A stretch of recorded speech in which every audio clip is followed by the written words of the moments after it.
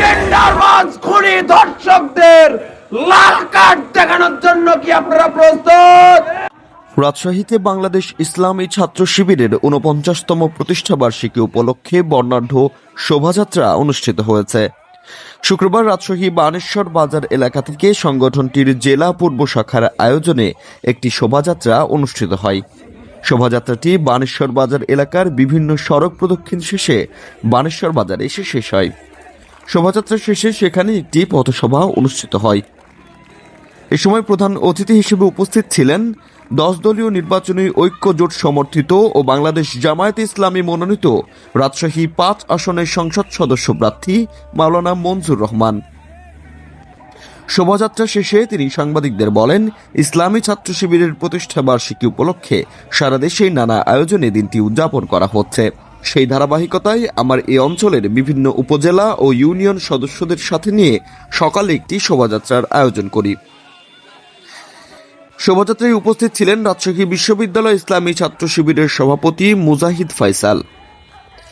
আগামী যে নির্বাচন, এই নির্বাচনে দুর্নীতিবাজ, চাঁদাবাজ এবং টেন্ডারবাজদেরকে বয়কট করতে হবে।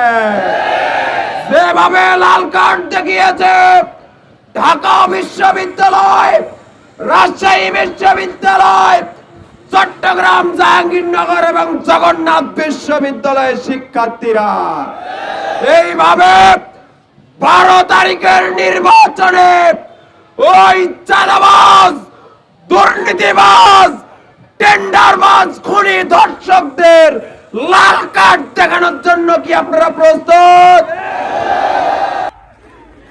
শোভাযাত্রা ও পথসভায় সভাপতিত্ব করেন বাংলাদেশ ইসলামী ছাত্র শিবির রাজশাহী জেলা পূর্বের সভাপতি রুবেল আলী।